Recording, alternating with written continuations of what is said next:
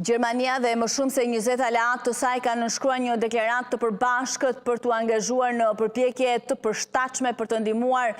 për sigurimin e transportit detar përmes ngushticës së Hormuzit. Vende si Emiratet e Bashkuara Arabe, Bahreini, Britania e Madhe, Franca, Japonia, Korea e Jugut dhe Australia i dënuan gjithashtu sulmet e Iranit ndaj anijeve tregtare si dhe ndaj impianteve të naftës dhe gazit në rajon. Pasojat e veprimeve të Iranit do të ndihen nga njerëzit në të gjithë pjesët e botës, veçanërisht nga më të dobtit, thuhet në deklaratën e përbashkët të këtyre vendeve.